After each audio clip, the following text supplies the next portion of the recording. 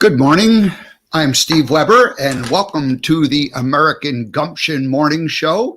We're just getting this show started, and here we go. It's Thursday, October 15th, and today is show number 51. And so welcome to the American Gumption Morning Show, and welcome to Spirituality Gone Wild, who is my broadcast partner. Proud to be part of that network and broadcast group. And so anyway, today is October 15th. I mentioned that. We have a guest coming up, Lauren Archer, and I hope she's going to be here. She's checking in. We had a little bit of a technical challenge getting her connected, but I think it's going to all work out. So she's working there. We won't bring her on for a few minutes anyway, so we'll let her figure that out, and we'll jump in if we have to. All righty. And so today the monologue is going to be the law of attraction. Now, I did that back at show number 6 and 45 shows ago. And I don't even remember what I looked at or talked about back then, but I'm going to do it again, and it'll be a little different. So that's going to come up right after the introductions. And let's see what else. Okay, so tomorrow I do not have a guest yet. And so I'll either have a guest, and you'll be surprised, or I'll end up just doing a monologue and a shorter show. Not 100% sure. The tentative plan is I'm going to take off Monday and not do a live broadcast. Long term, what will happen is there'll be sort of a best of show or some kind of a compilation show to fill in those times. But I haven't gotten that together yet. So we'll just go dark on Monday. But the long term plan is that I will when I do not do a live show, I'll just do like a best of show or some kind of, repeat connected show that way. So we'll just wait and see what happens with that. But tentatively not going to be here Monday. All righty. Then Tuesday I had a guest, but we have to postpone that. So Walt Keller is going to come in the next couple of weeks sometime, but he is a Hollywood actor and he got booked for a gig on Tuesday. And so he had to postpone our show there. So then Wednesday, Heather Holmes returns to the American Gumption Morning Show. She was on a couple of weeks ago, and we're going to go deeper into the technology behind the P2 probiotics and the science that makes this work. And this is an important conversation, especially now during COVID times when people are concerned about their health. All righty. And then Thursday, Scott Stanfield also returns, and we're going to get in more deeply into the modern longevitarian brand that he is promoting. All righty. So, let's see what else is happening here. Wait a minute. It must be. Here it is.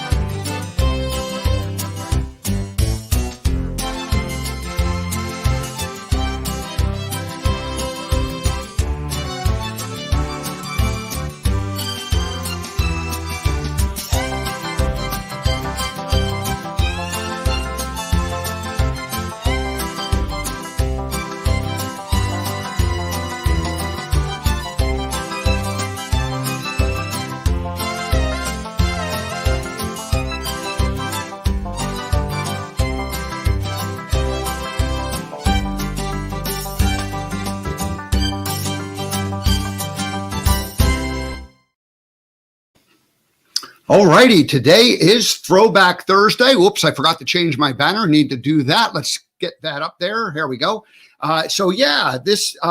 We are going to visit my last week. Take a deep breath. Running a little behind schedule in terms of organization. Last week during Throwback Thursday, I showed the pictures from when I was like a week old. So this year we're moving forward, and that's my first birthday right there. Look at that. And look at the cute little bear down in the lower right-hand corner. And then the next picture is about 1.5 years old. And this is at my grandmother's. That's my older brother, John, and Eileen above on the stairs. And I'm sitting on the the banister part. And the reason why I know this was at Christmas because my sister Jean was born on December 23rd. And so mom was still in the hospital, and we spent Christmas at grandmom's house. And so I was a year and a half at that point. And then now this picture is with cousin Sue. And we were both born the same year, just a couple months apart. And that was, I believe, right after the Christmas, early in that year, which would have been 1960, I guess. And then finally, here is the, whoops, I'm clicking the wrong screen. Here is my second Easter, 3 months shy of my second birthday. And I'm right smack in the middle between John and Eileen. All righty, that's it. Throwback Thursday. Hope you enjoyed that. We'll do it again next week.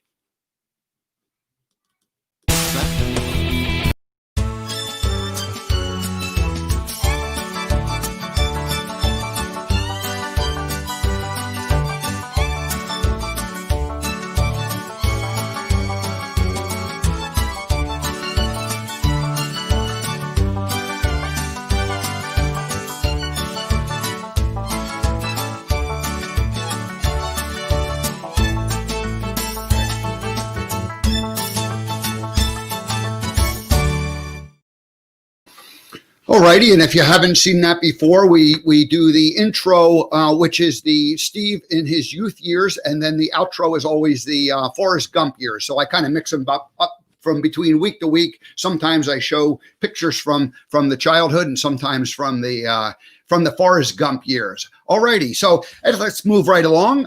My monologue today is going to be on the law of attraction. And again, I said that I looked back at my notes, and it was show number 6 that I talked about the law of attraction. And I'm not even 100% sure what I said, but it doesn't matter because we're just going to, interpret what is going on in my head today.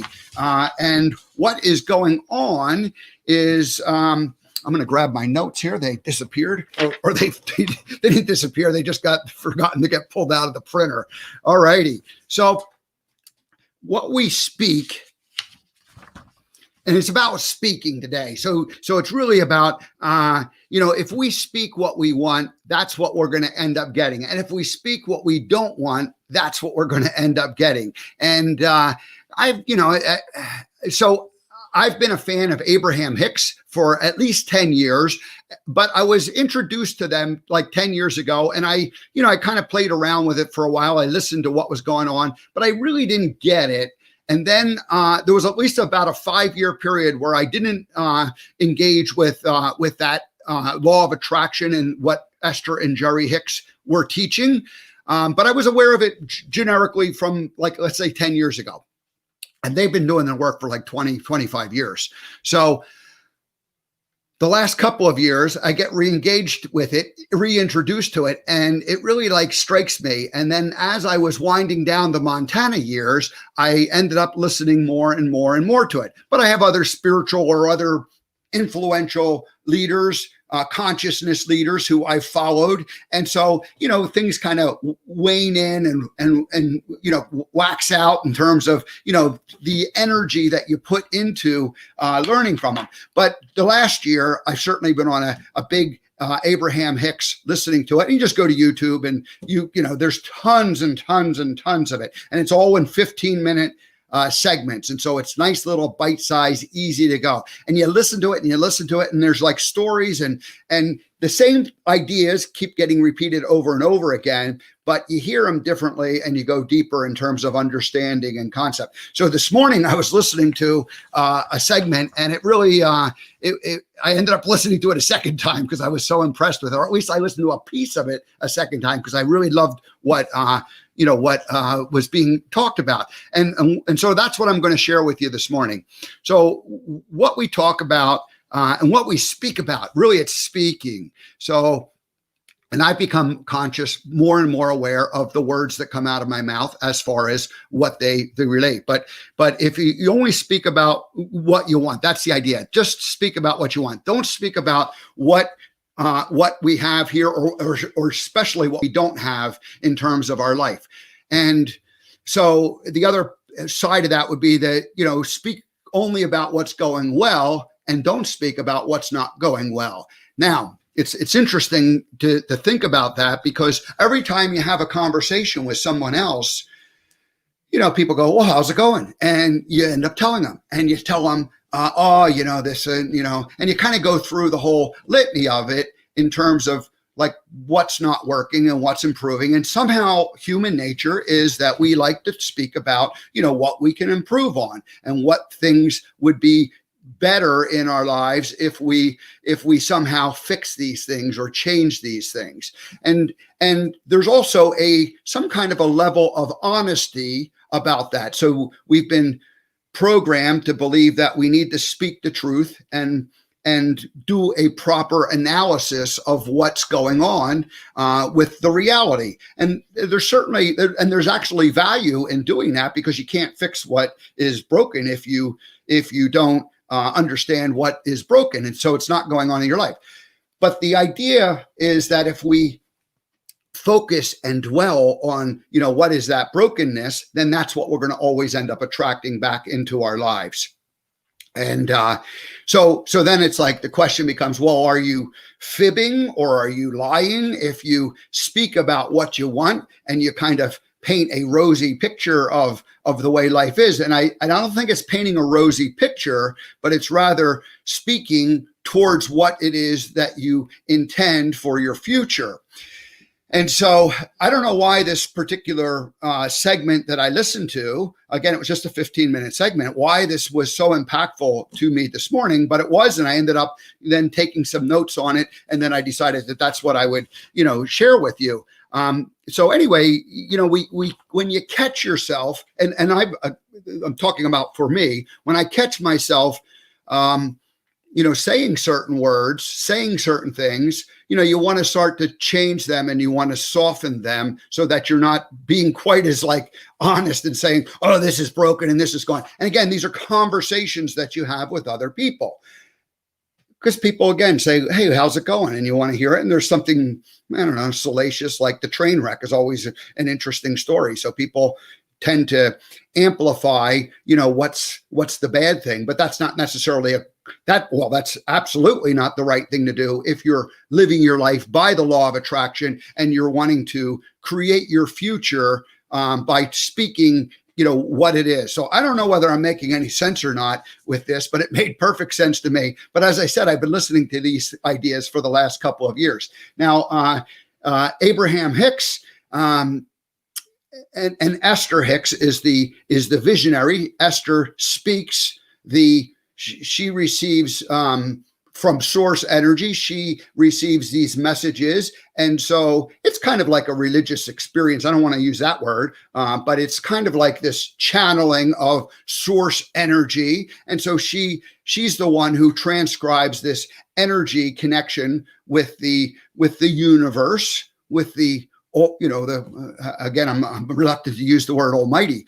So anyway, Esther translates this. And so Esther said that she does certain things in her life. And when she catches herself, she'll say, oh, the train's going down. There's the train going the wrong way on the track. When she catches herself speaking like about, what's not right. And this is human nature. We all do it. And then the other idea she had is that, say, oh, this is an old habit I have that's going away, where I talked about I talked about what's not right in my life. I mentioned that I'm changing the backdrop of this scene that I've had since the beginning of the show because my friend Tamara Fleming, I had a call with her a few days ago, and she said, hey, do you want to change some things that, does everything there fit into what you want to speak into your future?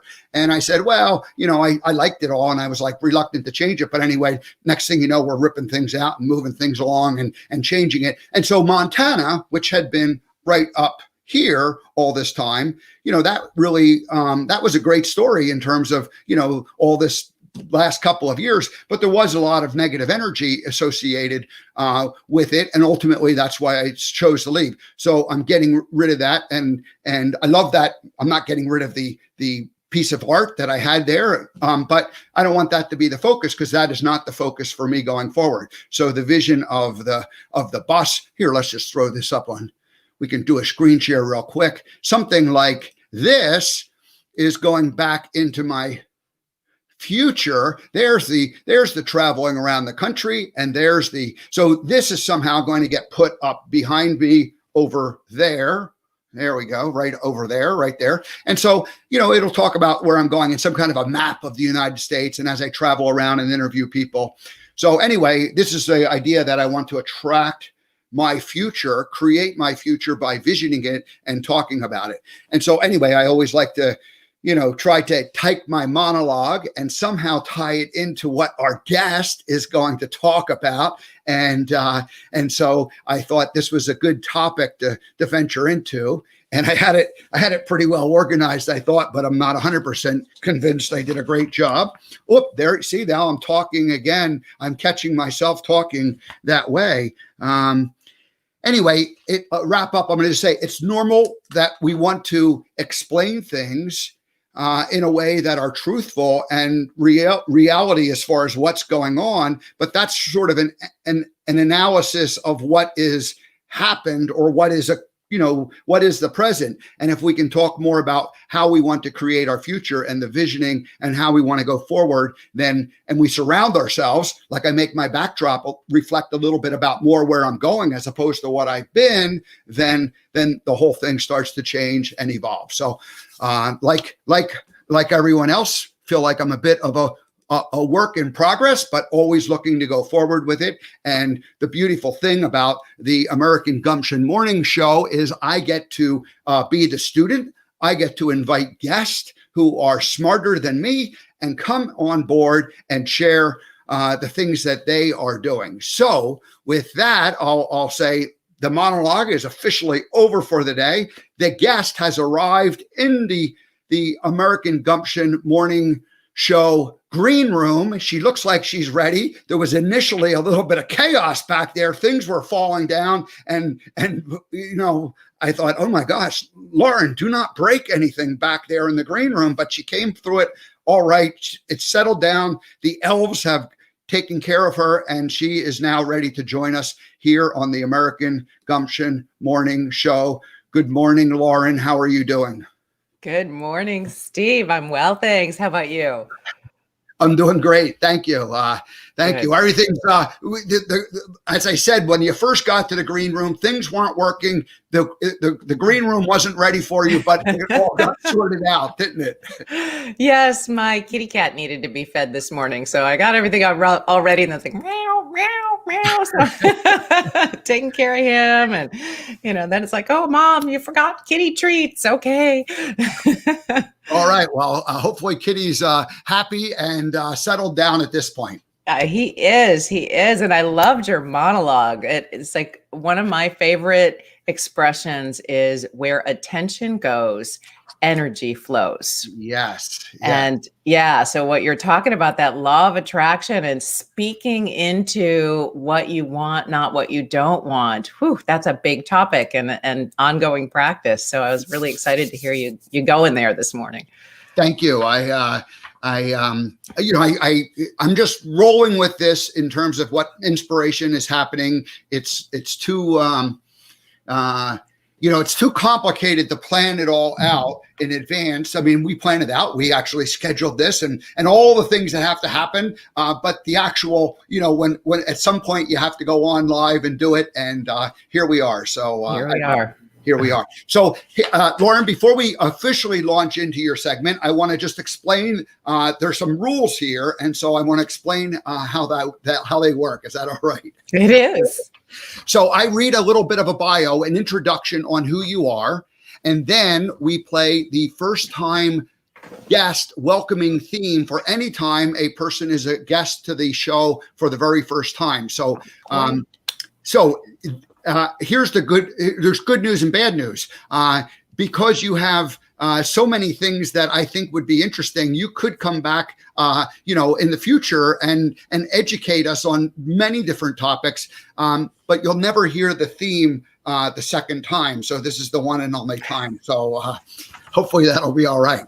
So let me just share with the audience what I wrote about you.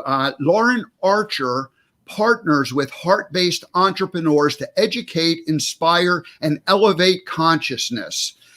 She is committed to making a positive difference Lauren's philosophy is simple. What you put out comes back to you. She has dedicated her career to making a positive difference while helping others do the same thing. Lauren not only believes, she knows that one of the few things you can control is where you place your attention and how you choose to show up day in and day out. Lauren teaches people how to focus their minds and manage their energies. She believes that we are at a pivotal point in the evolution of human consciousness, and her aim is to support the highest outcomes in human potential, environmental sustainability, and social justice. My goodness, you are that is one of the most wonderful little short descriptions I've ever heard, and I borrowed much of it from your website. So you did a brilliant job of creating the vision that you want to create and help people with. So I'm inspired, and it's going to be a great conversation. Lastly, I want to just say that Lauren's certifications include clinical hypnotherapist, Heart Math Institute certified coach, NLP practitioner, cognitive behavior coach, certified personal trainer, health coach, and infinite possibilities trainer. Those are all my favorite things. This is going to be a lot of fun. So, Lauren Archer, welcome to the American Gumption Morning Show. How are you this morning? I'm awesome. My goodness. And you're just so full of energy. I just love being in your presence. Your story is so amazing. I was so excited to share it with my audience too. I was like, oh my gosh, you guys, has anybody ever thought about just letting go and saying, I'm going to hit the road and follow my dreams? And you've done it, which is really exciting.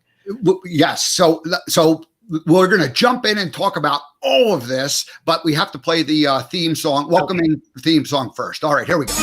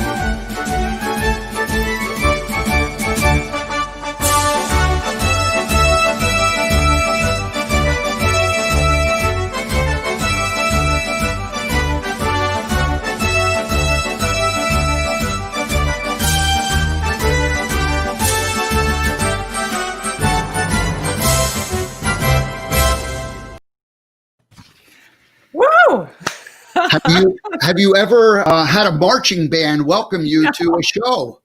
That was fantastic. Thank you. I love it. Love your brand. It's great. Thank you. Well, welcome.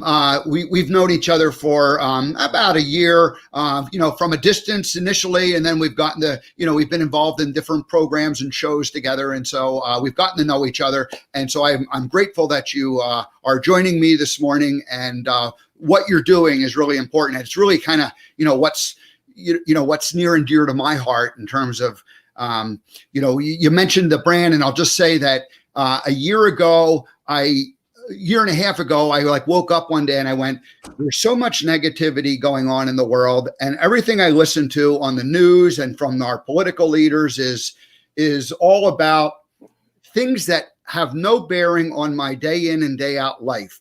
And I thought, why is nobody talking about the good things that happen in the world? And so I thought American Gumption is going to basically go out and find ordinary people that are doing extraordinary things and actually making a difference in their own lives and in their communities. And it's not like part of the national train wreck that we watch day in and day out on the news shows. And so that stuff is it's important and relevant in some ways, but the reality is that not on a day in and day out basis. So that's how American Gumption got started. But now let's shift gears and let's talk about the work you're doing. And with all those certificates and all that coaching and training and the heart math and the hypnotism. And I mean, this is been a lifetime pursuit, or at least it's been a many, many year pursuit. Tell us your story and how it all kind of came about and how you got to be where you're at today. All right. Well, let's see. I grew up in the Midwest, and my father was a World War II veteran. Mother never graduated elementary school. And, we lived I was actually adopted. So I was blessed to be placed with two wonderful people. But, life was the typical kind of 50s, 60s American dream, all the little houses in a row. And I marched, in line to the little elementary school right down the street and followed instructions, and everything was pretty basic. Meanwhile, I'm watching lots of television, Disney movies, Bewitched and I Dream of Jeannie were my idols growing up. There was all this magic, right? And that was the underlying theme in a lot of the cultural stories. And then fast forward to adolescence, where I'm starting to try to find my way in the world. And I was a gawky, acne-faced, just kind of awkward kid trying to figure out my way in the world. And then the magic started to disappear, right? That was all for childhood. And then it's like, okay, you got to be serious. And there's all this, you got to do school. And the relationship dynamics was challenging. So I was struggling, trying to find my way in the world. And fortunately, I had a friend down the street. Bless her heart, Melissa, if you are still in the world and ever find your way to this, please find me. She was like the big sister I never had, but she passed a book to me. And it was Wayne Dyer, Your Erroneous Zones. And I started experimenting with some of these internal tips. So Wayne Dyer talked about that we have these erroneous zones. We have thoughts like fears and worries and doubts that were completely unnecessary and unproductive, that guilt and worry were useless emotions. And that was so counterintuitive to the way I was raised, because, it was like you go to church and we're all sinners and we should feel guilty and we should be ashamed of all the things we did. So it kind of blew my mind. So I started doing these little psychological experiments with the information from the book in high school. So, and high school for me started in junior high. It was age 14. And I started noticing immediate change. Like I started pretending, well, what if people liked me, right? Because I was so self-conscious with all my acne and didn't know how to behave in these situations. So when I started playing these little mind games and seeing the world shift, I knew I was onto something. So fast forward, long story short, I've been on this journey since age 14. Back then, we didn't have the internet, and, the little local library in my community didn't have hardly anything. I studied psychology in college, but at the time the field of positive psychology didn't exist. It was pretty much just the clinical disorders. So back to what you were saying, Steve, about, what you focus on, you get more of, right? So I didn't want to focus on clinical disorders. I was like, I want to know, how do people have these peak performance and amazing responses? So I ended up diverting my major from psychology and I went into mass communications and learned how to do media production, corporate communications. And I ended up in a career with a company called Motivation Media. And Motivation Media did the big national sales meetings for Fortune 500 companies, some of the big pharmaceutical, the big banking companies, big consumer products. And we would take these shows on the road. So I had lots of time to immerse myself, while I was being a producer and helping in the background. I was learning about all these great concepts. And then throughout my 20s, studied everything I could get my hands on. So it's just been one certification after another. I had no idea that this was the beginning, like in high school, and I'm familiar with Wayne Dyer's book, but I only read it like in the last 10 years. It was something that I was not exposed to, until just really kind of recently.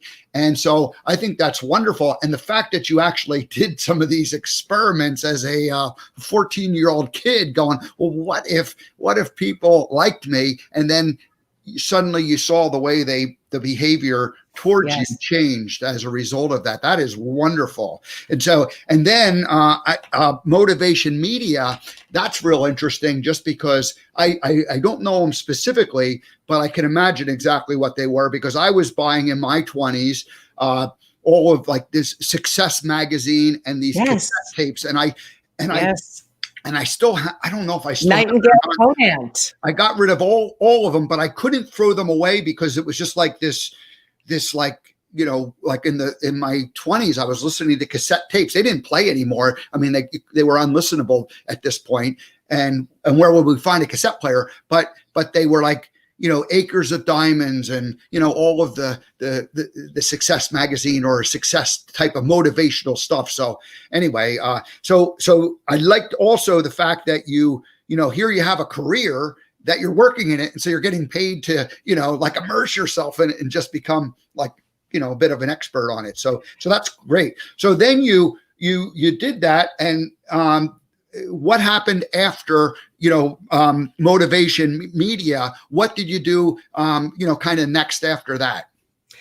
Well, I have a story when I was still a production coordinator, I think, at Motivation Media. We used to work in these beautiful resorts. A lot of these national sales meetings were at gorgeous resorts, but most of my time was spent in a dark hotel ballroom, right? We'd be in this beautiful place, but I'm in the dark hotel ballroom getting things ready for the show.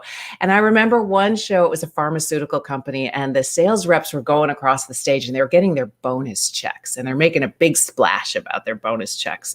And one of the sales reps gets a bonus check for $30,000. And that was more than I was making annually at the time. And it just set something off in my mind. I was like, gosh, you know, what's important? What do I want to do? I knew I didn't want to be a pharmaceutical sales rep and money wasn't my motivator, but it just got me thinking about how do I want to spend my time? What's important to me?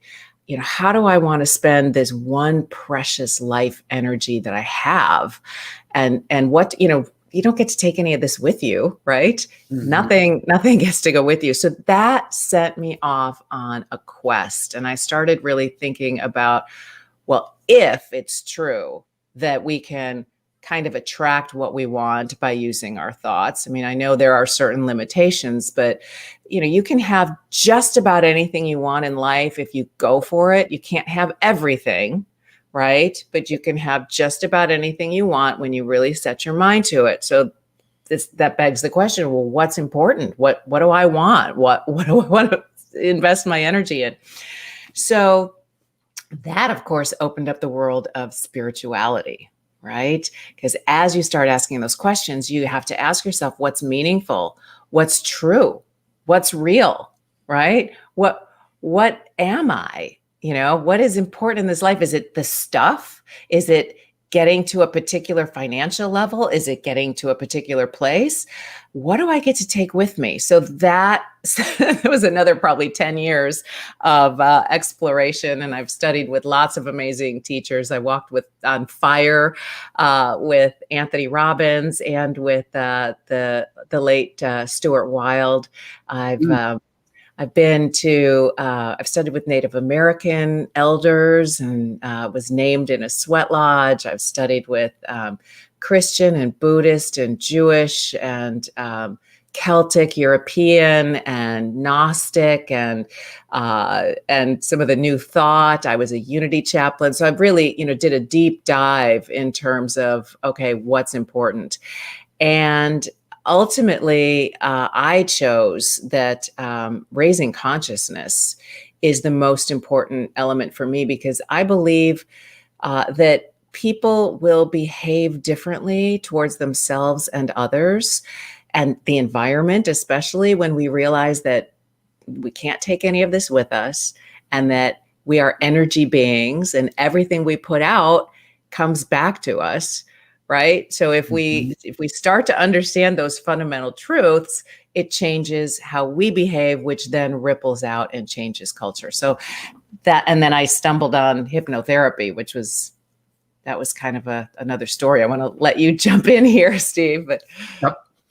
Yeah. Yeah. So it's a good story. It's a great story, and it really shows that the awakening process takes time, Oh, yeah. and we just kind of do like little pieces at a time, little pieces, and we kind of have big jumps. And you talked about when you saw the guy walk across or person walk across the stage and get the it's some $30,000 check. It somehow triggered, like, what am I going to do? And Yes. Those pivotal moments, the right? pivotal moments, right? Yeah. And so like there's like all these like baby steps, and then there's like a big step, and then there's Mhm. baby steps, and then there's a big step. And Mhm. so Yeah. for me, it was interesting. Waking up was really in 2009 when I finally went, oh my gosh, I can't keep doing things the same way that I've been doing. And what really happened was I was trying to develop a motivational message based on the movie Forrest Gump.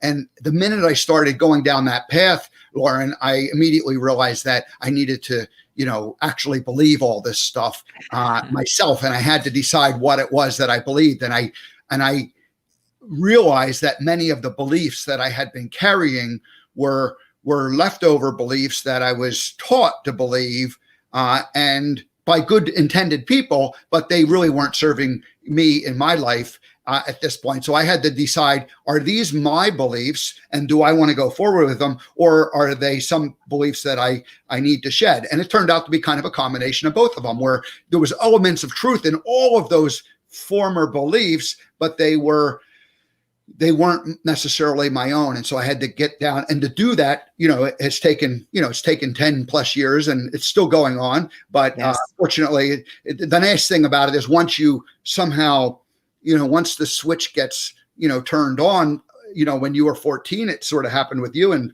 for me, it was like around age 50, and it was like, okay, you can't go back and repeat it. So, Yeah, yeah. and that's work. It takes work to sit down and explore, and it takes attention and focus and questioning. I have this philosophy, and it's not just mine, but I ask the question: what if our interior world, right, the part of us we can't see, what if that extends as far inside as the universe extends outside? Mm.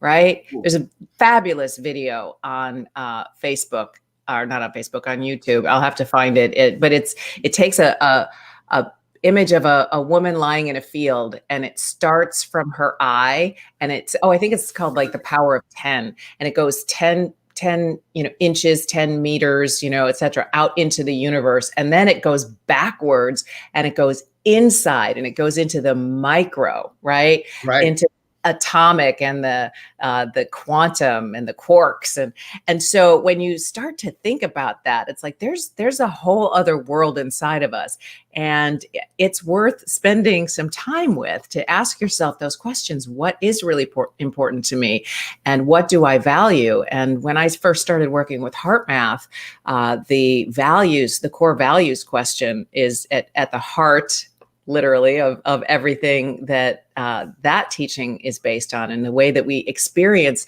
what we value, not through our minds, but through our hearts, right? So we experience that sense of, oh, that touches me, or that's meaningful. I get a sense of satisfaction or love or appreciation from that. That's a heart-centered quality, right? And so as we start to ask ourselves those questions and focus on it, we can look around and go, well, wait a minute. I've taken on a lot of these beliefs, just like you said, right, from my culture. But is that what I want? And to have the courage to say, okay, this is my life and it's my responsibility, right? It's to take self-responsibility for your own beliefs and what you choose to place your values on. And the word value, I think, is so important, because what we value is what we love. And our sense of values in this culture has gotten a little wonky right now, right? Even when you look at the economy, money is about value. And we have so much inequity in our economy, and what we're and oh my gosh, we're putting our values on such frivolous things that are destroying the earth. So it's an opportunity, I think, for all of us to just ask those questions. What do I really value and why? Yeah. Uh,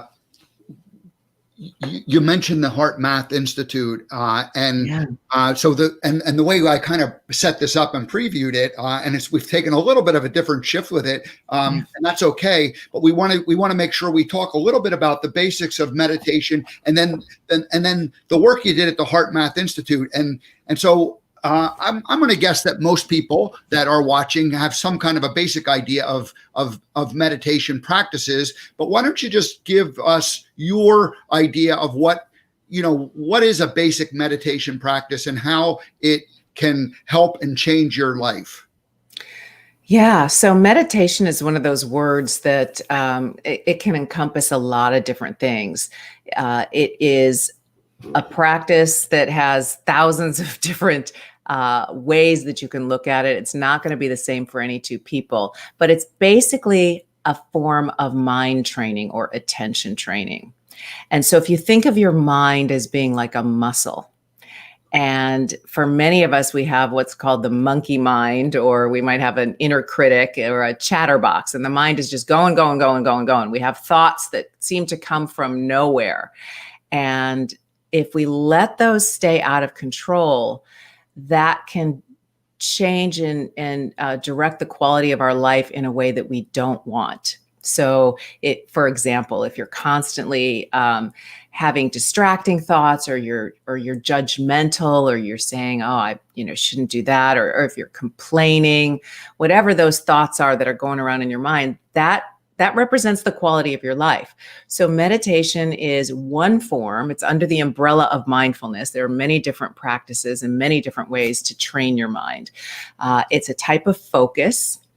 And I actually have just released a new ebook. It's called Mindfulness 101, and it's got 5 different kinds of mindfulness practices in there that people can take a look at. But it's learning how to keep the mind on a particular path. And when it veers off, which it will, it's learning how to catch yourself. Oh, look at that. My mind just went over there. I'm going to bring it back this way. I'm going to stay focused on how I want to show up and who I want to be, instead of on, oh, somebody wants me to be that way, or, oh, this is going on out there in the world. It's like, nope. And that changes the quality of your energy. Because when the mind is busy and you've got all kinds of craziness going on, it just, you're not functioning at your best. So that's one way to look at meditation. Did I get the name correct? Mindfulness 101. Mindfulness 101. Yes. Can you see that banner there? I wanted to just share that with people. Yes. And so where can they get your book? It's on my website at laurenarcher.live, and I believe right now it's under purchase, because I just had my sessions there, and I just added a couple of ebooks that that people can download, and it comes with an audio. So there's a link in the book to a guided visualization audio. Excellent. But, meditation for me was hard for so long because I have a very busy, very active mind, very analytical. And it was really hard for me to shut down that mind. And I can tell you, I started and stopped and started and stopped and started and stopped meditation practices more times than I can count. So if anybody out there has tried and gotten frustrated with it, believe me, I can relate. So that's why I ended up falling in love with the heart math work, because heart math is sort of a meditation practice, but it's a little different. It's taking the attention and bringing it to the heart.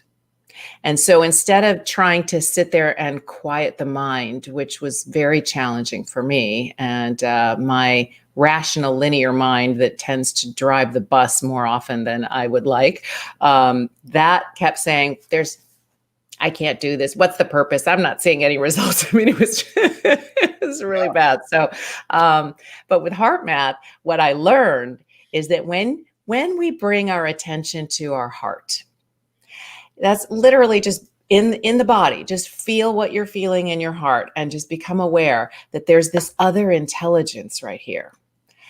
And then when we regulate our breath It brings the heart into a coherent pattern. But the third thing, and this is the most important, when we activate feelings of gratitude or appreciation or love, or we focus on something that we really value, that changes not only the pattern in our heart, but it triggers an entire neurochemical response through our body, and it brings our brain waves into synchronization with our heart. So instead of being all scattered, by focusing on the heart, breathing, and thinking of something that we love, it literally triggers the release of DHEA, which is an anti-aging hormone. It neutralizes stress, boosts the immune system, and allows us to think more clearly. And it allows us to access another level of intelligence in the heart that's beyond what we can access with our intellect. So that is my meditation right now. It's more gentle for me. It's easier, but there's lots of different ways that people can find a way to train. Yeah. How did you get connected to the Heart Math Institute? And I'm going to just sort of give a minute long, like my understanding of the Heart Math Institute, and then you can correct me or fill in the blanks. But the Heart Math Institute, I don't know how old they are, but they got founded, let's just say 20 years ago, and Yep. and they're doing this scientific studies and research on everything that you just talked about, and they're actually measuring the energy that the heart produces, and they're actually connecting the brain waves with the heart waves, and they're scientifically able to measure this and see the coherence that actually occurs with it. And then there's lots of people who are experimenting with different designs on how to get that coherence to occur more quickly. And the Heart Math Institute comes in and does this measuring and studying. So this isn't just theoretical. This is like science-based work that they're doing. Is that, Yes. Tell us a little bit more about the Heart Math Institute. Yeah, well, so they were founded in, I want to say, about 25 years ago, something like that. They're out of California, and they have some of the most rigorous scientific data on the effects of heart rate variability on the human system. And they work with education, they work with medical, they work with military, business, and I thought there was another branch, but so the results of heart coherence are beneficial in all walks of life for performance. And it's a biofeedback, which is really cool. They have an app that anyone can get, and just look up Heart Math, and then you can order. Let's see, I've got my little things here. You can order a sensor that they've got a finger sensor, and then now they've got a little ear sensor. So you would clip it on your ear and then, plug it into your phone. And they've also got a wireless now. And so you can just have a little sensor on your ear, and you can see on your phone your heart rate variability. And then when you sit and change your emotional state or change what you're thinking, you can see the pattern change. So what we've learned is that when you're in a state of worry or doubt or fear or stress or frustration, something like that, the heart, it's not like it goes faster or slower necessarily, but the pattern is jaggedy. It's chaotic. Okay. Mm-hmm. And so that chaotic pattern sends a signal to the nervous system that something is off. And when the nervous system gets that signal that something is off, we go into fight or flight. Mm-hmm. And cortisol is released through the bloodstream. The immune system is suppressed so that the nervous system can stay hypervigilant to fight off any threats. And, for an animal that has that for just a moment, if there's a real threat, they shake that off quickly. But we humans, we have this thing between our ears, right? So we're able to think about stressful thoughts all day long if we want to. And that's like having an IV drip of cortisol going into our system. And we're not thinking clearly when that happens. So this practice, when we can learn how to bring ourselves into a state of either relief or appreciation or gratitude, it changes our whole neurochemistry, and the heart goes into this beautiful, smooth rhythm where the peak to peak distances between each beat is even and clear, and you can see it and you can watch it happen in real time, which is very exciting. And I love it because when I teach and when I share these principles with my clients or classes, it's not woo-woo. It's like, okay, here's the actual scientific evidence on why this is working. So that's great. I liked your story about the animal, and I've heard this story. Dr. Joe Dispenza used it a lot, and the gazelle's out there in the wild, and the lion comes, and the gazelle like runs like the dickens, and outruns the lion, and then like within 10, 15 minutes later, it's back to grazing and eating grass, and it's like perfectly calm, and based on the head and the human experience, we go into that like getting chased by the lion, and then we spend the next day saying, did you see that lion after me? And that lion was there. And it's like, it just never stops. And then you end up living like a few weeks and a few months and a few years. And then, the whole idea of your body breaks down because it's just been in this like flight and fright defensive mechanism for years on end. It's never learned to relax and calm itself down.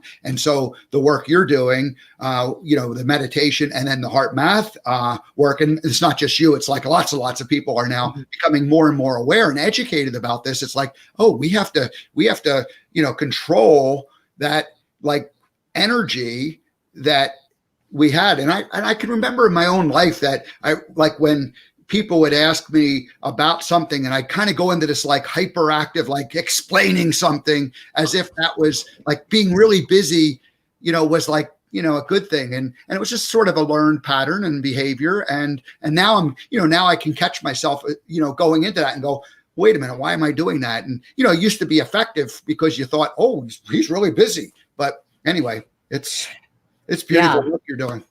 Well, thank you. I think our whole culture is in a shared trauma. A lot of people are experiencing so much stress right now. And then we get stressed about being stressed. But to remember that energy is primary, consciousness is primary. And as long as we stay focused, which is what you were talking about in your monologue, when we focus and speak to the things that we don't want, we add energy to it. It becomes real in our awareness because, think about when you're shopping for a used car, right? Or some people shopping for a new car.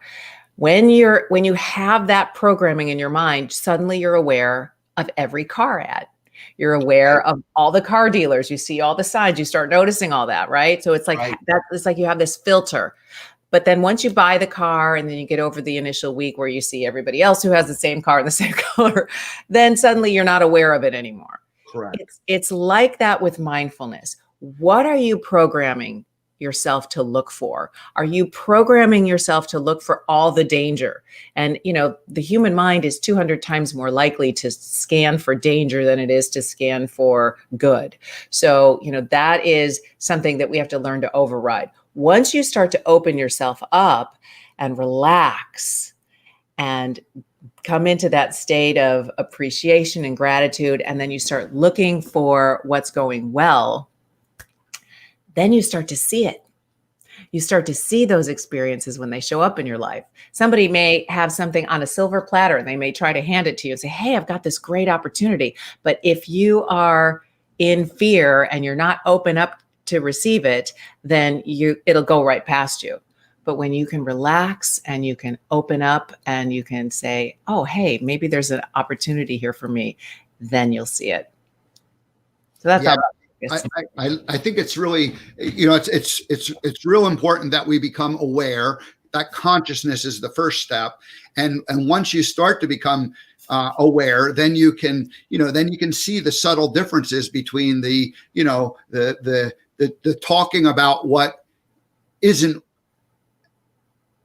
happy and isn't good right now, and shift that to being, well, what's the opposite end of that? What is good right now? And as that happens, then as you said, you stop noticing the cars that are, what we don't want, and you start noticing the cars or the good things that we do want, and we bring more of those into our lives. So I think this is great.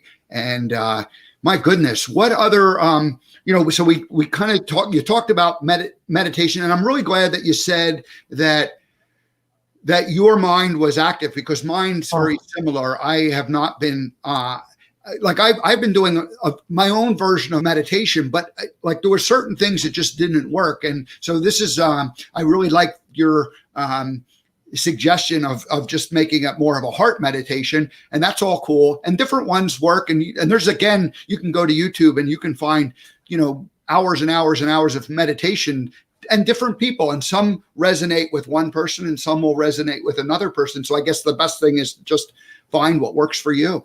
Yeah, experiment. Exactly. Yeah. In as I mentioned, my mindfulness 101, there's lots of great tips to start wrapping your brain around how does it work and what am I supposed to be focusing on. But I want to say one thing about focusing on the good too, and that is that we don't want to ignore the pain. We don't want to try to numb or get rid of the pain. When we have emotions that are uncomfortable, they're there to try to get our attention. And so learning to be with yourself, even when things aren't going the way you want, and to allow those feelings to come up and then let them wash through. Let yourself get the information you want from them. It doesn't mean we're going to wallow in it. It doesn't mean we're going to stay in negativity or complain, but the life has suffering. There are real moments of pain. And so you want to take those and use them. You want to listen to the information and say, okay, what is this showing me about my values? What is this discomfort showing me about what's really important? And then use that to help get back on track. I shared with my guest yesterday the story of how, when things would happen to me, because I've trained myself to be a positive thinker, I would immediately go, all right, well, there's going to be good in this thing. And I would jump right into talking myself into, the fact that it was going to be good. And I the reason why I shared the story is a friend of mine said, why don't you just allow yourself to feel sad for like 10 minutes, and I initially I was like, hey, don't tell me what to feel. But it was kind of like, that's somehow as, as the way that I learned to process things. And let's just take it back to that 50s, 60s, lifestyle of, boys don't show their emotions. Yes. I learned at a very early age how to, put up a barrier about that. And as soon as heart started to come into it, I shut it down, and I just didn't feel. And I remember a friend who helped me 10 years ago in this whole consciousness awakening. She would say, I don't care how you think. I want to know how you feel. And that was the hardest concept for me to get. It took a while before I finally understood that, because I was so connected with feelings. Yeah. Or with thinking. I mean, I was so focused on thinking, and I had suppressed all kinds of feelings. So anyway. Yeah, I'm right there with you. Totally. So yes. And I'm noticing we're coming up on the top of the hour already. My goodness, how time flies. Thank you. So we will have to have you back again and in the future. And there's a lot of topics that we didn't even begin to touch on, but thank you so much, Lauren, for joining us. I really appreciate it. Steve. This was a great conversation. So thank you. We'll welcome you again. Thank you, Lauren. All right. Have a great day. Okay. Well, that was a good conversation. And as always, I just want to keep talking and listening to the guest and being the student and letting the guest be the expert and train me and help all of us live a more mindful and healthy life. So, but we'll come back tomorrow and we'll do some kind of a show. I'm not 100% sure what we're going to do tomorrow, but it's okay. We're going to we're going to have fun with it. I see that Diane and Heidi have checked in and said hello. Thank you for joining us this morning. We appreciate that. We will come back tomorrow and we will do another American Gumption morning show. Have a great day, everybody.